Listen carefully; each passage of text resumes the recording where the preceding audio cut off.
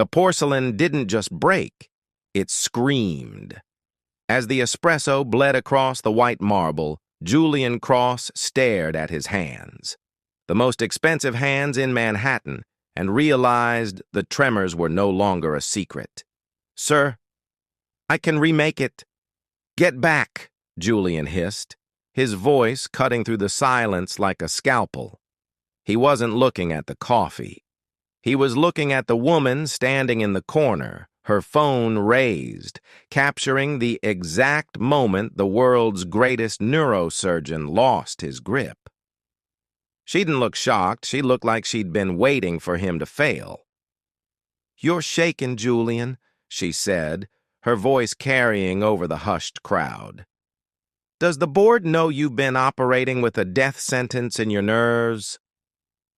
The cafe went cold. In 3 seconds, Julian hadn't just lost a cup of coffee. He'd lost his empire. The woman lowered her phone, a predatory smile touching her lips. "I'm not here for a headline.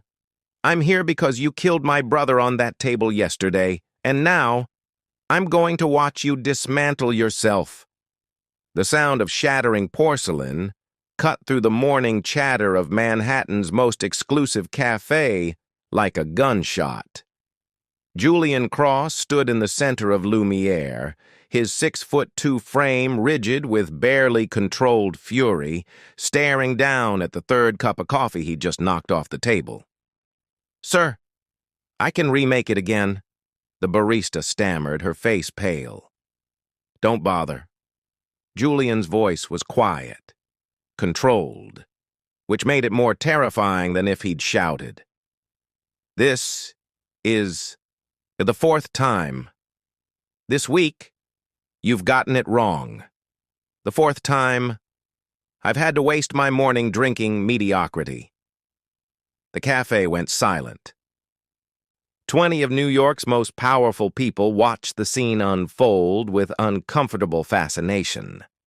Marcus Chen, Julian's business partner, reached across the table. "Julian, it's just coffee. Can we please get back to the Henderson deal?" "It's not just coffee." Julian's gray eyes were ice. "It's incompetence. It's people who don't care about excellence. He stopped mid-sentence, looking around at the watching faces, at Marcus's concerned expression, at the barista, who looked close to tears, at the $1 billion contract spread across the table that he couldn't bring himself to care about. "I need air." Julian walked out, leaving behind the meeting that was supposed to define his quarter. The partners who depended on him, the carefully constructed image of the man who had everything under control. Outside, the October wind cut through his Tom Ford suit. His assistant, Claire, appeared at his elbow.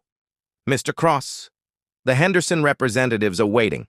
If you don't sign today, then we lose the deal." "I know." He loosened his tie, suddenly unable to breathe. "Do you know what the problem is, Claire?" "Sir?" "Nothing tastes right anymore. Not the coffee, not the success, not any of it." He looked at her, and for the first time in the 5 years she'd worked for him, he let her see past the armor. "I've built everything I ever wanted, and I feel nothing." Claire's professional mask slipped. "Mr. Cross, when was the last time you took a day off?" "I don't need a day off. I need—" He stopped, because he didn't know how to finish that sentence. What did he need? More money? He had billions. More power?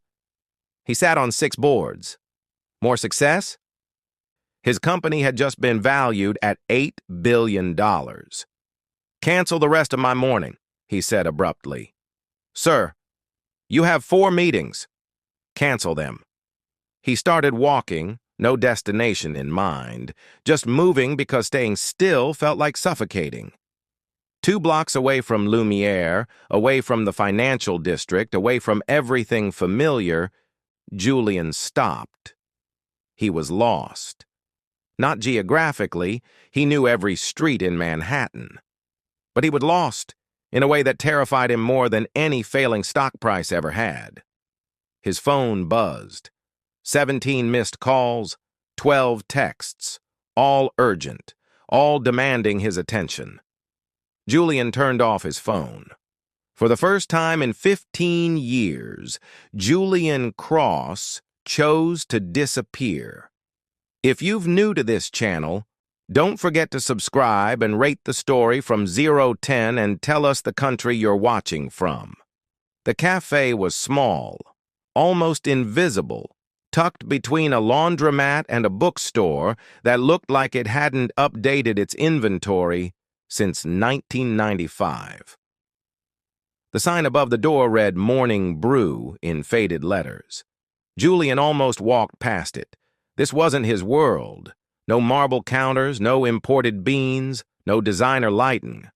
But his feet were tired, and something about the worn wooden door felt safe.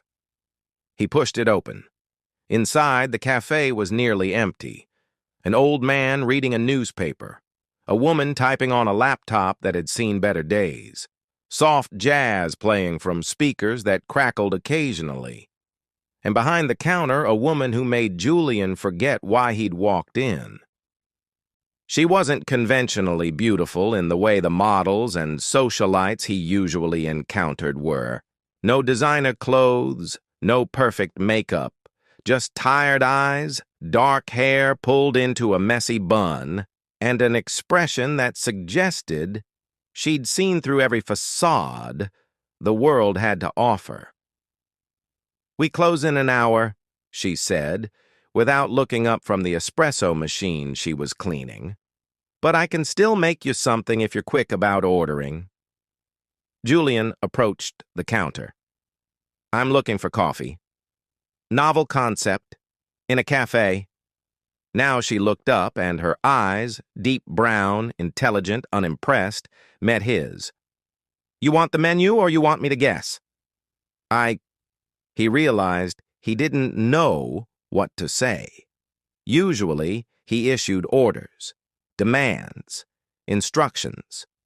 "You're staring at me like I'm a particularly confusing equation," she observed. "It's just coffee, not a personality test. I'm very particular about my coffee." "Everyone thinks they are." She set down her cleaning cloth. "Let me guess. You've been to every high-end cafe in the city. You've tried every roast, every blend, every preparation method. And nothing tastes right." He blinked. "How did you—" "Because you look like a man who's forgotten what satisfaction feels like." She said it without judgment. Just observation. "You want me to make you something? Without knowing what I like? Especially without knowing what you like. Because what you think you like clearly isn't working." She tilted her head. "Unless you want to keep drinking disappointment. In which case, the door's behind you." No one spoke to Julian Cross like this. No one challenged him. No one suggested he didn't know what he wanted. "Fine," he heard himself say. "Surprise me. Brave choice." She turned to the espresso machine. "Sit down, and stop looking like the world owes you something. It's exhausting." Julian sat. For the next 5 minutes, he watched her work. She moved with quiet efficiency, measuring, grinding, steaming milk with the kind of focus he usually only saw in operating rooms or war zones. She didn't make conversation, didn't ask his name, didn't seem to care that he was wearing a suit that cost more than most people's monthly rent. When she set the cup in front of him, she just said, "Try it." He did. The first sip stopped him completely. It wasn't perfect. The temperature was slightly off. The foam wasn't Instagram-worthy. The presentation was simple to the point of being plain, but it tasted right. For the first time in months, maybe years, something tasted exactly right. Julian set down the cup carefully and looked at her. She was watching him with those knowing eyes. Better? How did you... I listened to what you didn't say. She leaned against the counter. You said you're particular, which usually means you're trying to control something you can't actually control. So I made you what you needed instead of what you thought you wanted. And what did I need? Something honest. No fancy tricks. No trying to be perfect. Just real. He stared at her. What's your name? Elena. Julian. I know. He froze. You know who I am? A customer who needed coffee. She started cleaning again. That's all that matters in here. Whatever you are out there, she gestured vaguely toward the door, stays out there. Something in his chest loosened. Can I ask you something, Elena? You just did. Despite everything, he smiled. Do you treat all your customers this way? Only the ones who look like they're about to crack. She met his eyes. You should probably deal with whatever's breaking you before it breaks everything else. I don't know how. Then start small. Come back tomorrow. I'll make you more coffee. Maybe by the end of the week you'll figure out what you're actually thirsty for.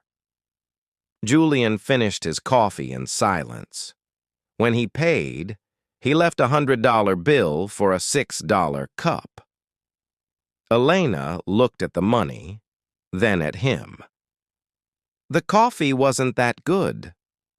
Yes, it was. You're trying to buy something that's not for sale. I'm trying to say thank you. Then just say it. The money's not necessary. He picked up the $100 bill. Thank you. You're welcome. She almost smiled. Now get out of here before I start charging you rent for that table. Julian walked out into the afternoon light, feeling something he hadn't felt in years. Hope. Julian returned the next morning, and the morning after that, and the morning after that. By the end of the first week, he'd canceled 3 breakfast meetings, rescheduled 2 conference calls, and told his assistant that his mornings were now blocked off for personal matters. Claire had looked at him like he'd grown a second head. Personal matters? You haven't taken personal time in 5 years. Then I'm overdue.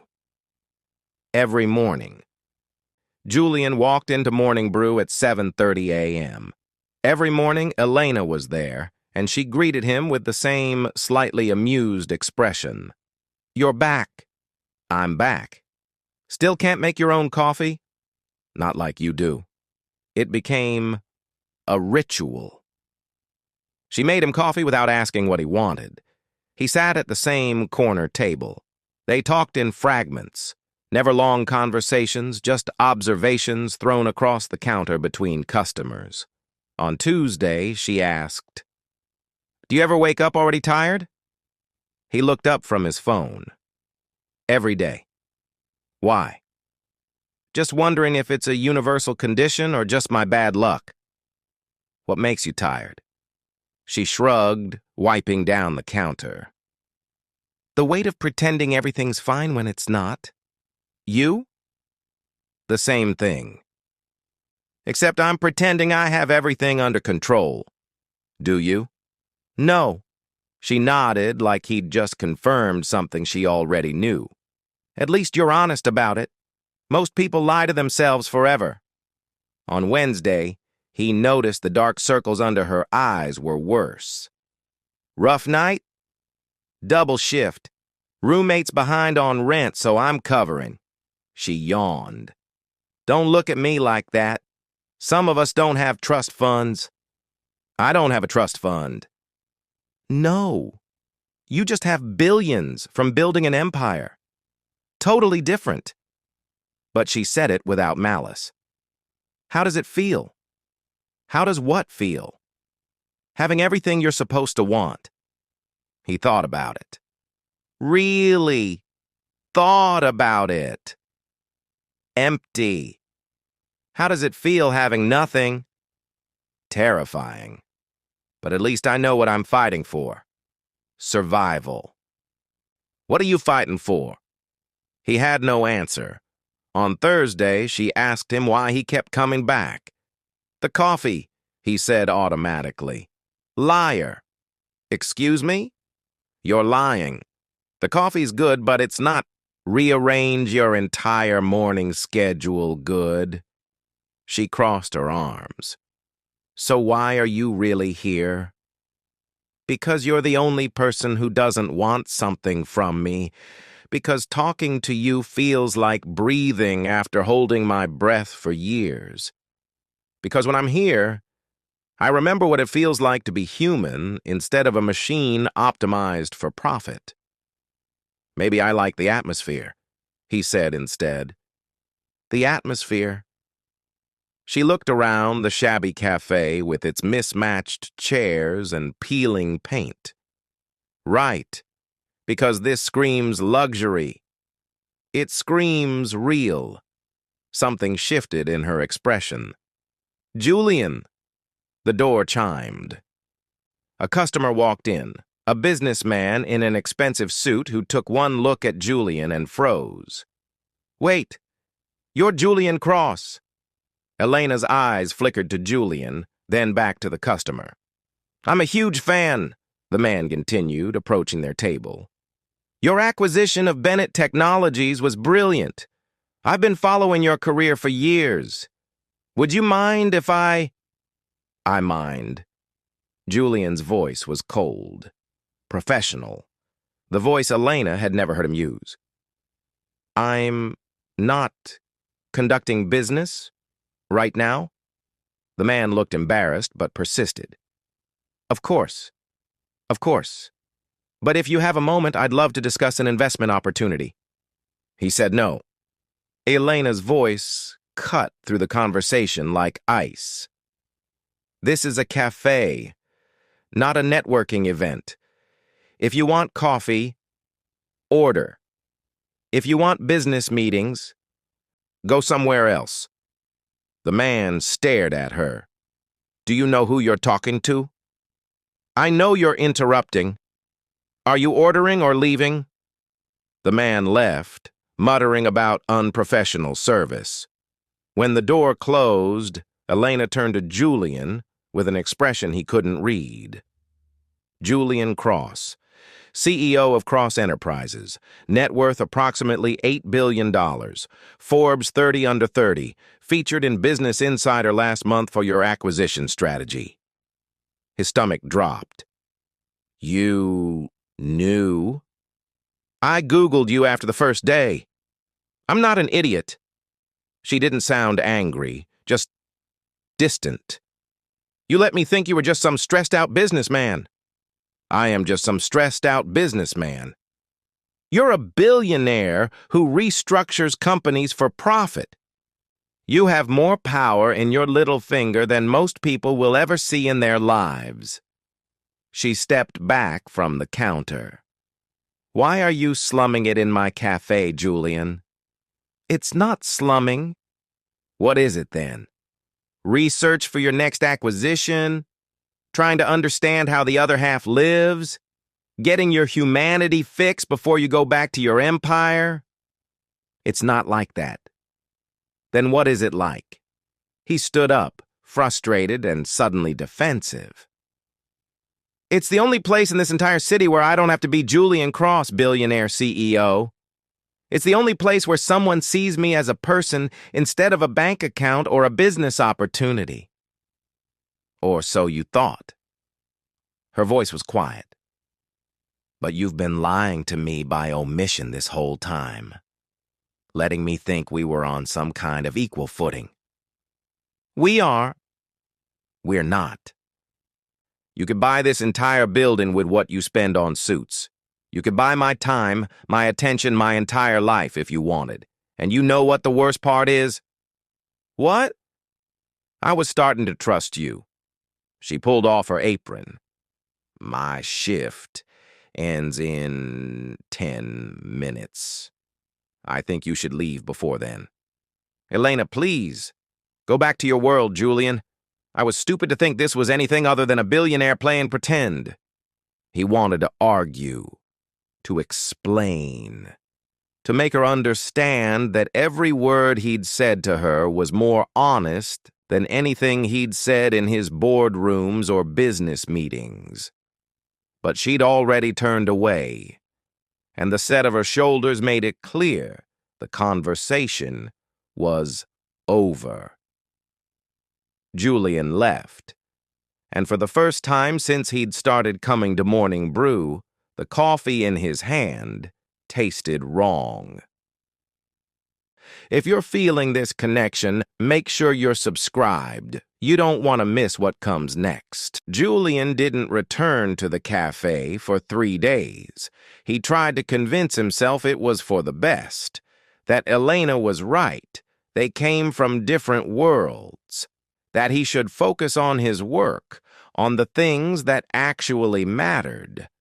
Except nothing mattered anymore. The Henderson deal closed successfully. He should have felt triumphant. Instead, he felt nothing. His board praised his quarterly performance. He nodded mechanically through the meeting. He attended a gala where supermodels and heiresses competed for his attention. He left after 20 minutes. On the third night, Marcus cornered him in his office. What's going on with you? Nothing. You've been distracted for weeks. You left the Henderson meeting. You're ignoring calls from investors. Claire says you've blocked off your mornings for personal matters that you won't explain. Marcus sat down. Talk to me. There's nothing to talk about. Is it a woman? Julian's silence was answer enough. Finally, Marcus actually smiled. I was beginning to think you were incapable of human emotion. Who is she? It doesn't matter. It's over. Why? Because she's right. We're from different worlds. She's a waitress trying to make rent. I'm a billionaire who's been miserable for years. Until he met her, Marcus finished. Julian, I've known you for a decade. You've dated models, actresses, CEOs. I've never seen you look the way you looked when you talked about her just now. It's complicated. It's always complicated. The question is whether she's worth it. Julian thought about Elena's eyes, her honesty, the way she'd made him feel human again. She is. Then stop being a coward and do something about it. The next morning, Julian returned to Morning Brew. Elena was behind the counter, and when she saw him, her expression hardened. We're out of your usual. I'm not here for coffee. Then you're in the wrong place. Elena, please. Just give me 5 minutes. Why should I? Because I owe you an explanation, a real one. She studied him for a long moment, then glanced at the empty cafe. Fine. 5 minutes. Then you leave. Julian sat down at his usual table. Elena joined him, her arms crossed defensively. I should have told you who I was, he started. Yes, you should have. But I didn't. Because for the first time in 15 years, someone was talking to me like I was a person instead of a portfolio. You didn't want anything from me, you just saw me. I saw a version of you, not the whole truth. The version you saw was more real than anything I show the rest of the world. He leaned forward. Elena, in my world, every conversation is a transaction. Every relationship is strategic. Every smile is calculated. But with you, I didn't have to perform. I could just be Julian. Not the CEO, not the billionaire, just me. That's not fair to me. I know. And I'm sorry. He met her eyes. But I'm asking for a chance to start over. With full honesty this time. Why? Because you asked me what I'm fighting for and I didn't have an answer. But I have one now. What? Something real. Something that matters beyond profit margins and stock prices. You. He took a breath. Come to dinner with me. As who? Your charity case? Your walk on the wild side? As a woman, I want to know better. As someone who makes me feel human again. As Elena, not a waitress or a symbol of anything else. Just Elena. She was quiet for a long time. This is a terrible idea, she said finally. Probably. We come from completely different worlds. Yes. You're going to break my heart. Or you're going to break mine. That answer scares me. Good. I'm terrified too. He reached across the table, not quite touching her hand. But I haven't felt anything in years, until I met you. And I'd rather be terrified with you than numb without you. Elena looked at his hand, hovering inches from hers. Then slowly, she closed the distance. One dinner. Full honesty. You tell me everything.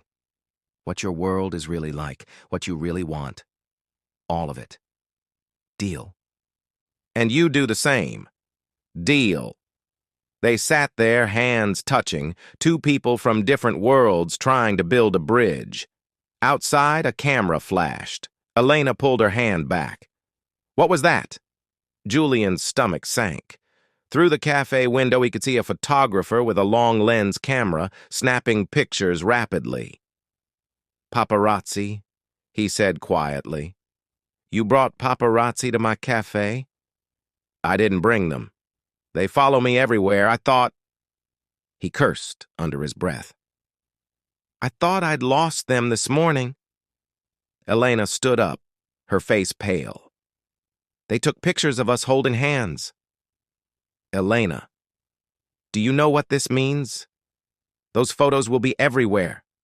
People will start asking questions about me, about who I am, about why Julian Cross is slumming it in a cheap cafe.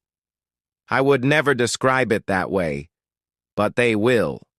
She backed toward the counter. Your world doesn't just stay at the door, Julian. It crashes through. It destroys. It takes private moments and makes them public property. I can have my lawyers. Your lawyers can't put the genie back in the bottle. She shook her head. This was a mistake. I knew it was a mistake. One dinner. That's all I'm asking. Away from cameras, away from this. Just us, being honest. She looked at him with those tired, knowing eyes. You can't promise that. Your world doesn't allow for private moments. Then I'll make one. Please, Elena. One chance. She was quiet for so long he thought she'd refuse.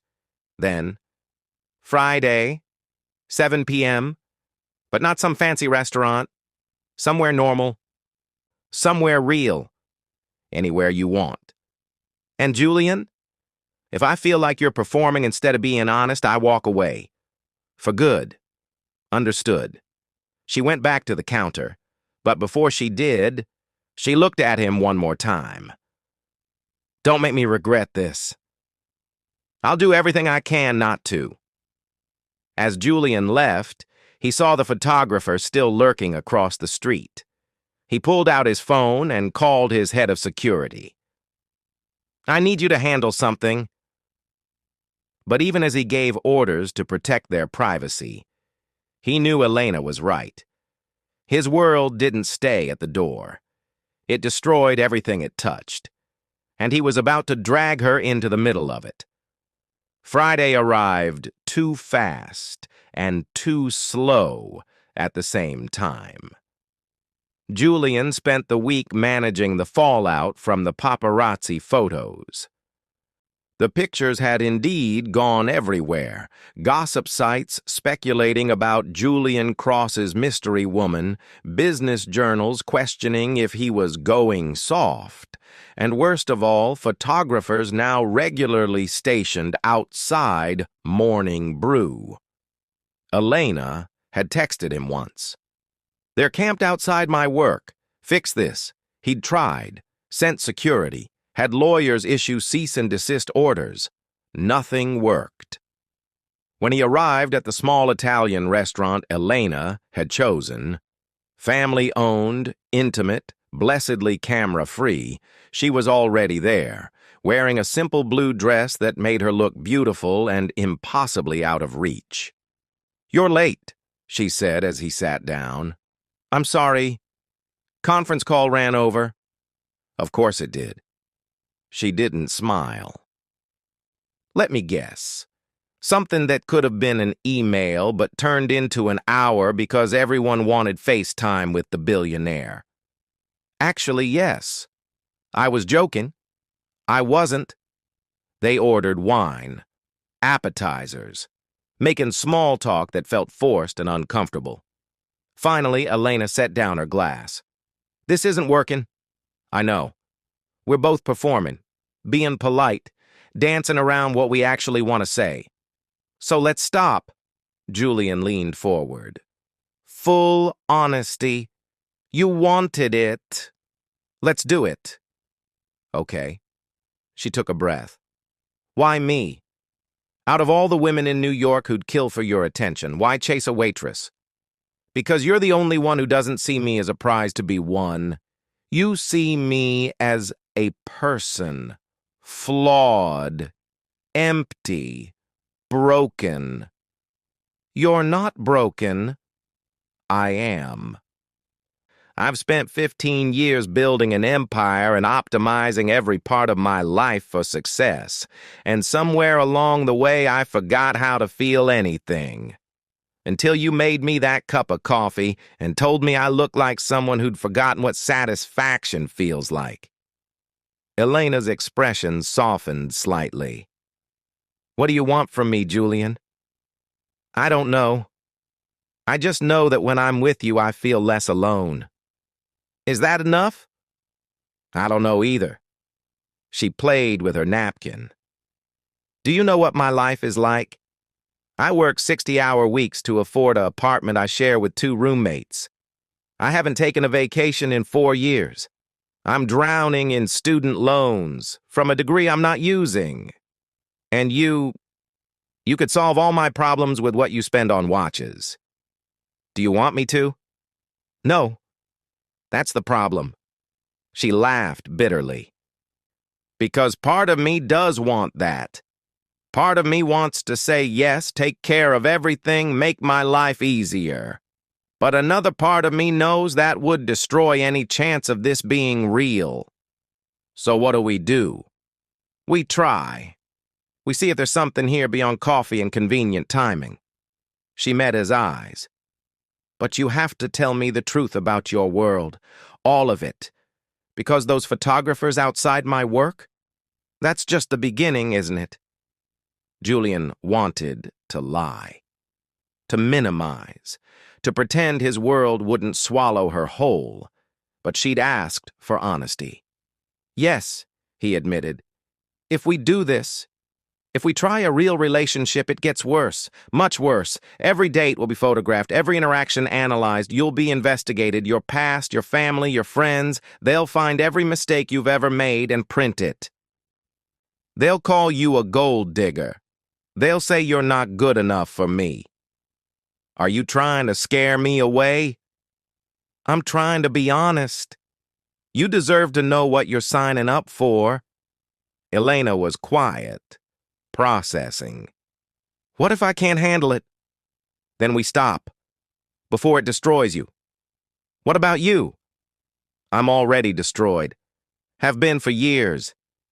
You're the first thing that's made me feel less broken." She reached across the table and took his hand. "You're not destroyed. You're just Lost. There's a difference. Is there? Yes. Lost means you can still find your way back. They sat like that for a moment, hands linked, two people trying to believe this could work. The waiter brought their entrees. They ate slowly, talking about safer things, favorite books, childhood memories, the small details that build intimacy. Julian told her about his father's death when he was 19, how he'd inherited a failing company and spent a decade rebuilding it. Elena told him about her mother's illness, how she'd dropped out of grad school to help with medical bills. The conversation flowed easier now, natural, real. After dinner, they walked through the city. No destination, just walking. "Can I ask you something?" Elena said. "When was the last time you were happy? Really, genuinely happy?" Julian thought about it. "I don't remember." "That's the saddest thing I've ever heard." "What about you?" "This morning. A customer left a $20 tip on a $6 coffee. It meant I could buy groceries without checking my account balance." She looked at him. "Small things make me happy. Does that seem pathetic to you?" "It seems beautiful." They stopped walking. They were in a small park, away from the crowds, away from the cameras. Elena looked up at him. "I'm scared, Julian." "Of what?" "Of getting hurt. Of being another story in your life. Of falling for you and having it all fall apart." "I'm scared, too." "Of what?" "Of finally feeling something and losing it. Of dragging you into my world and watching it break you. Of being responsible for destroying the only good thing I've found in years." "So we're both terrified." "Completely." "That's probably a sign we should stop." "Probably." Neither of them moved. Julian cupped her face gently. "Or it's a sign that this matters. That it's real." "Don't kiss me," Elena whispered. "Why not?" "Because if you kiss me, I won't be able to walk away. And I should walk away. This is crazy. We barely know each other. We're from different worlds. Every logical part of me knows this is a disaster waiting to happen. What does the illogical part say? That I've never felt this way about anyone. That you scare me and comfort me at the same time. That maybe—" He kissed her. Soft at first. Tentative. Like they were both afraid of breaking something fragile. Then deeper. Elena's hands fisted in his shirt, pulling him closer, and Julian felt something in his chest crack open, something that had been frozen for years. When they finally broke apart, both breathing hard, Elena rested her forehead against his. "We're going to regret this," she murmured. "Probably. It's going to end badly. Most likely. But I can't walk away." "Neither can I." They stood there in the dark park, holding each other, two people jumping off a cliff together without knowing if there was water below. Julian's phone buzzed, then again, and again. He ignored it, but Elena stepped back. "You should check that." "It can wait." "Julian, check it." Reluctantly, he pulled out his phone. 17 missed calls from Claire, 32 texts in the company group chat, and one message from Marcus that made his blood run cold. Photos from tonight leaked. You and Elena, kissing. It's everywhere. The board is calling an emergency meeting. They're not happy. Julian looked up. Elena was watching his face. "What is it?" He showed her the message. She read it, her expression going blank. "They already know. About us." "Yes." "And they're not happy." "No." "Because a billionaire CEO shouldn't be dating a waitress. It's bad optics." "Elena?" "No, they're right." "What was I thinking?" She laughed, the sound broken. That this could actually work? That your world would accept someone like me? I don't care what they think. You should. This is your career, your reputation, everything you've built. She backed away. This was a mistake. I knew it was a mistake. Please, don't do this. I have to. Before this gets worse. Before I fall any deeper, and you have to choose between me and your empire. Tears streamed down her face. We both know what you'd choose. You don't know that. Yes, I do. Because I'd choose the same thing. You can't throw away everything you've built for someone you barely know. I know enough. No, you don't.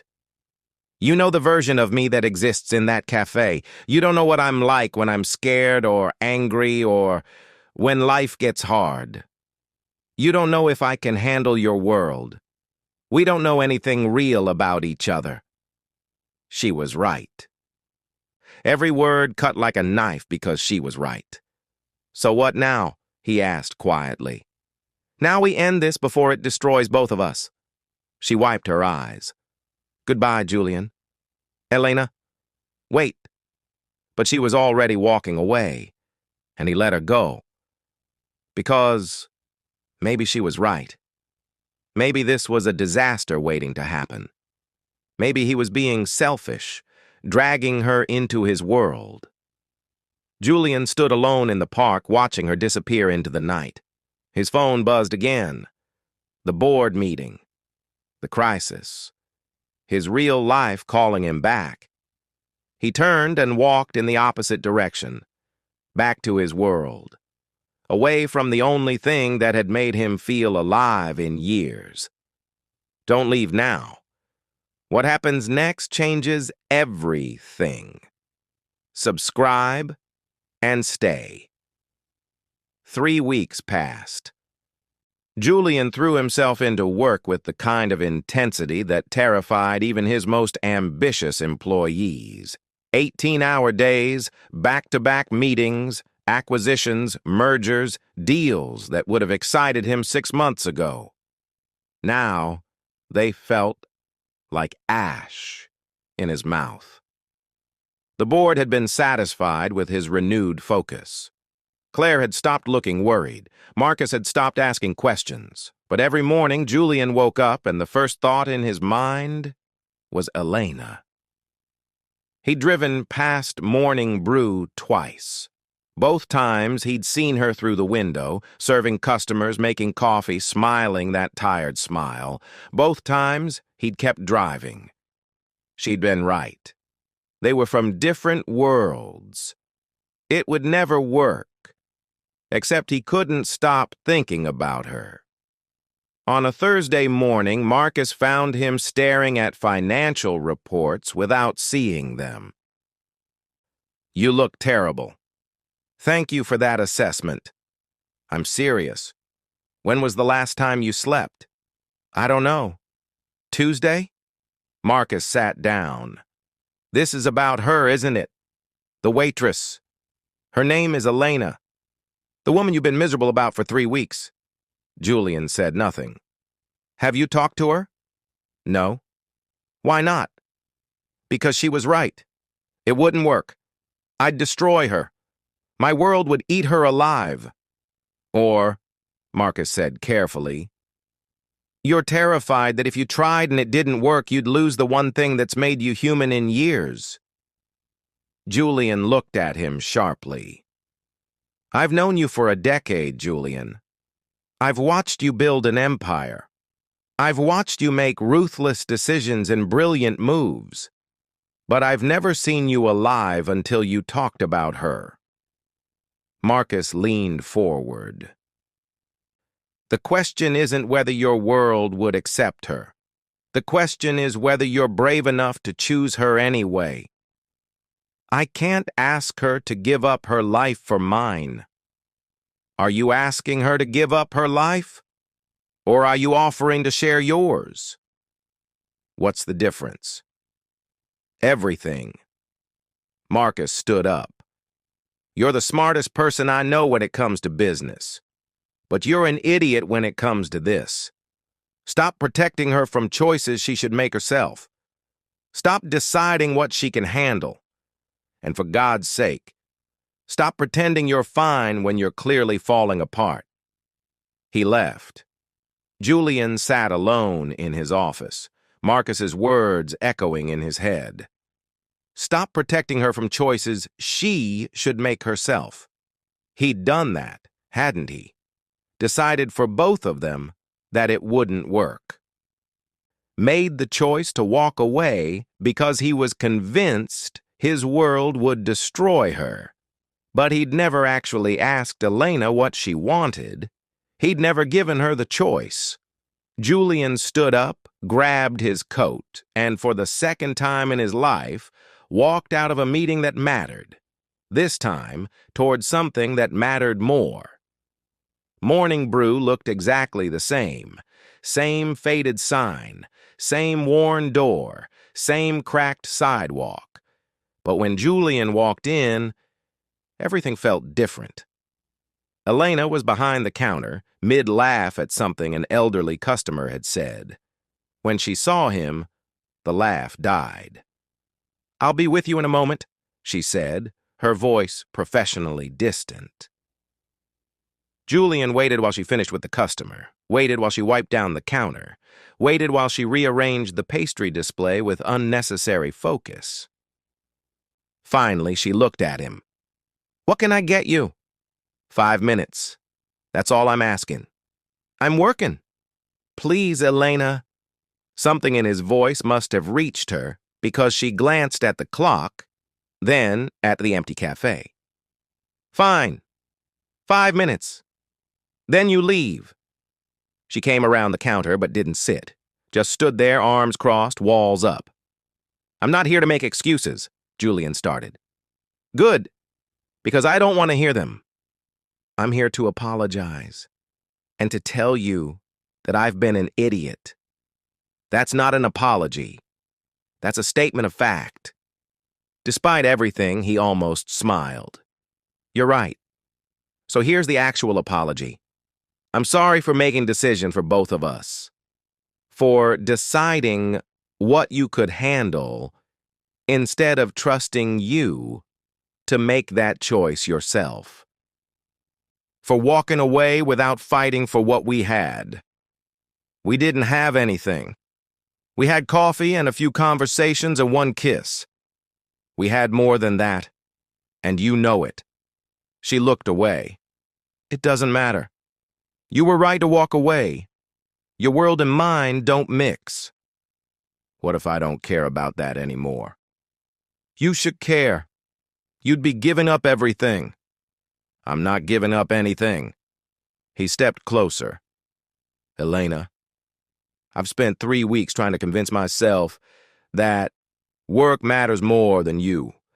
That success and power and empire building are what I should focus on.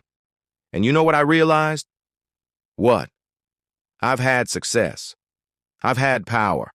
I've built everything I ever thought I wanted. And I was empty. Completely empty. Until I walked into this cafe and met a woman who made me feel human again." "Julian, let me finish. Please." He took a breath. "These past 3 weeks have been the most successful of my career. I closed 2 major deals, increased quarterly profits by 18%, got praised by the board for my renewed focus, and I felt nothing. Absolutely nothing." Tears welled in Elena's eyes. "That doesn't change reality. We're still from different worlds." "Then I'll change worlds." She blinked. "What?"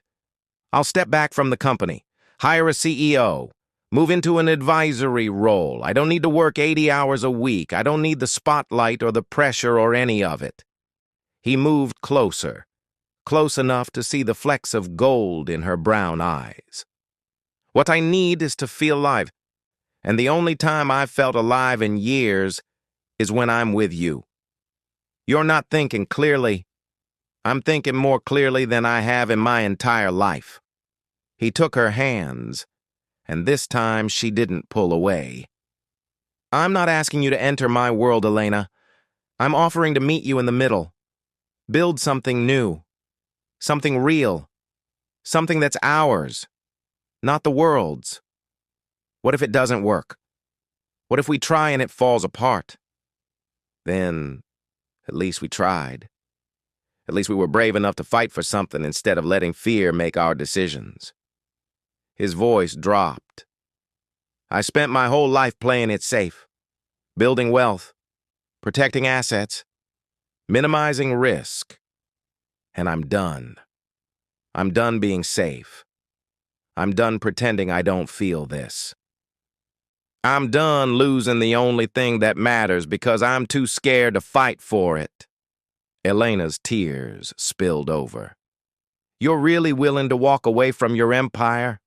For me, it's not walking away. It's choosing what actually matters, and you matter more than any deal or acquisition or quarterly report ever could. I'm a mess, Julian. I'm in debt. I'm exhausted all the time.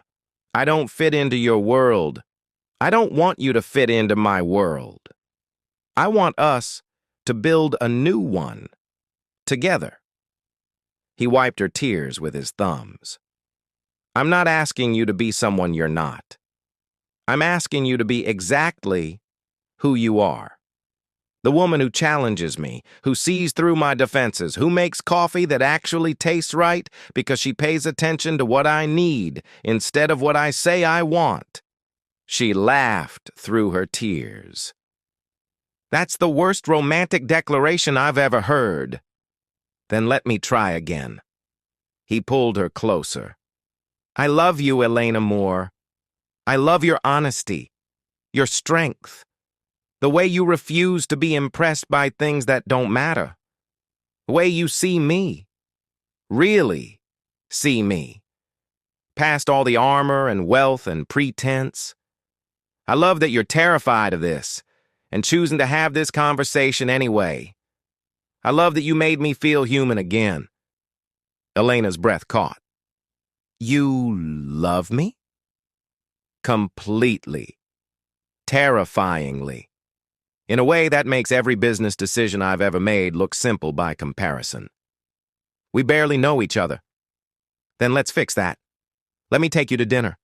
Not some fancy restaurant where we perform for cameras. Just dinner. Talking. Getting to know each other properly. And if you're bored objects, if the media tears me apart, if your world decides I'm not good enough, then they can all go to hell. His voice was steel. I've spent my entire life letting other people's opinions dictate my choices. Not anymore. Not with you. Elena studied his face, searching for the lie, the performance, the billionaire playing pretend. But all she saw was Julian, raw, vulnerable, terrified, and hopeful in equal measure. This is crazy, she whispered. Completely. We're going to get hurt. Probably. I'm still scared. So am I. He rested his forehead against hers. But I'm more scared of spending the rest of my life wondering what if. Of being empty again. Of losing you because I was too much of a coward to fight. She pulled back slightly, looking at him with those knowing eyes. If we do this, if we really try, I need you to promise me something. Anything. No more making decisions for me, no more protecting me from choices I should make myself. You tell me the truth even when it's hard, even when you think it'll hurt me. We're partners, or we're nothing. Partners, he agreed. Equal partners. In everything. And if it gets too hard, if your world starts destroying mine, then we deal with it together. We adjust. We adapt. We figure it out. He squeezed her hands. I'm not promising it'll be easy, Elena. I'm promising I'll fight for you. Every day. Through every obstacle. That enough? She was quiet for a long moment. Then she stood on her toes and kissed him. It was different from their first kiss. Less desperate, more certain, a promise instead of a question. When they broke apart, she was smiling. "You really stepped out of a meeting to come here? The third time this month. My assistant is going to quit." "Good. She deserves better than managing your chaos." "Probably." He tucked a strand of hair behind her ear. "So, is that a yes? You'll give us a real chance?" "One condition." "Name it." "You have to learn to make your own coffee. I'm not your personal barista." He laughed, really laughed, for the first time in weeks. "Deal. Though I should warn you, I'm terrible at it." "Then I'll teach you." She pulled him toward the counter. "Starting now. If we're doing this, you're learning to survive without me making everything perfect." "I don't need perfect. I just need real." "Good." She handed him an apron. "Because perfect is exhausting. Real is where actual life happens." For the next hour, Elena taught Julian how to make coffee. He burned the first batch, over-extracted the second, added too much milk to the third. She laughed at all of it. And when he finally made something drinkable, not good, not perfect, just passable, she clinked her cup against his. "To imperfect coffee and impossible love stories," she said. "To choosing what matters over what's easy," he countered. They drank together, and for the first time in his entire life, Julian Cross felt satisfied. Not because the coffee was perfect, but because it was real. Because he'd finally stopped optimizing his life and started living it. Because the woman across from him saw past his billions to the broken, empty man underneath, and chose him anyway. 6 months later, the cafe looked different now. Fresh paint, new equipment, but the same worn tables, the same jazz crackling through old speakers, the same Elena behind the counter, except now Julian was behind the counter too. "You're doing it wrong," Elena said, watching him steam milk. "I'm doing it exactly how you taught me." "Then I taught you wrong. Here."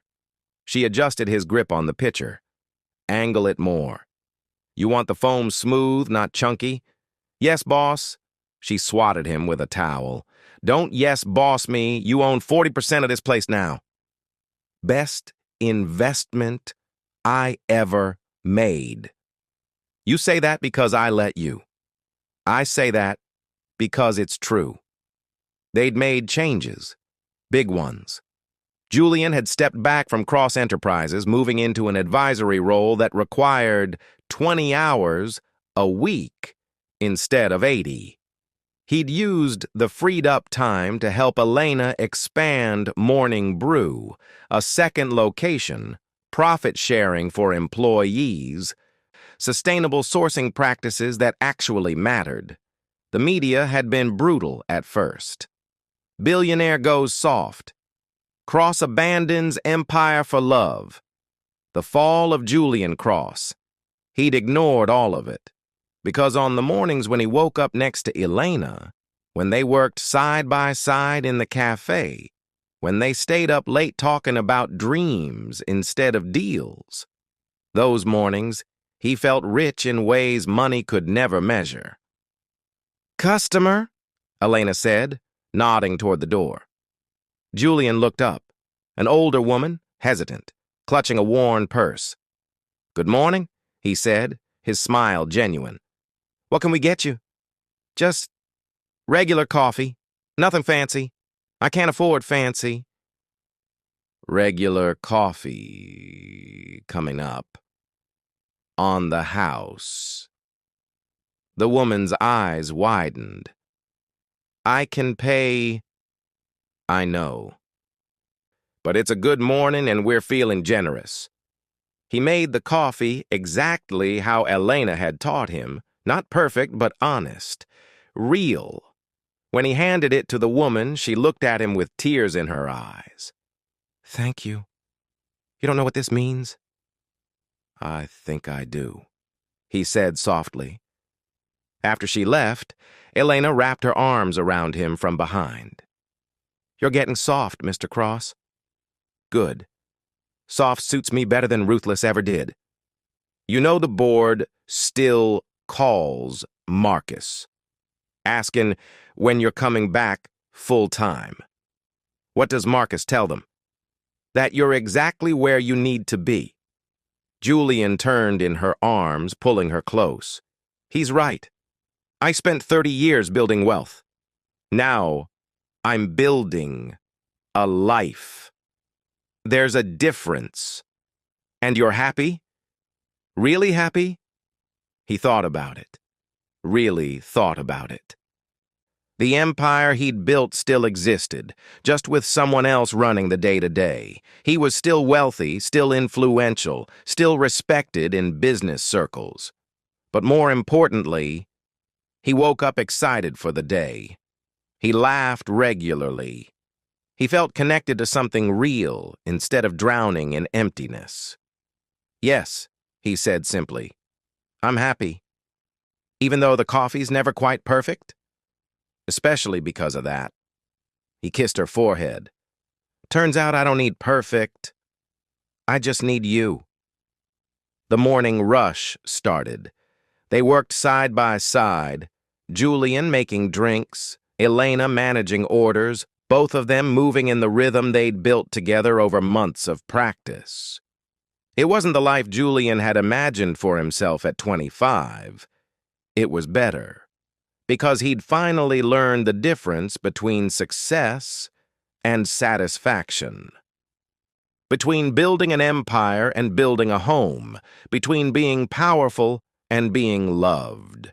And when Elena brushed past him, squeezing his hand briefly before taking an order, Julian realized something profound. He'd spent his whole life searching for something to make him feel complete. Turns out, it wasn't a thing at all.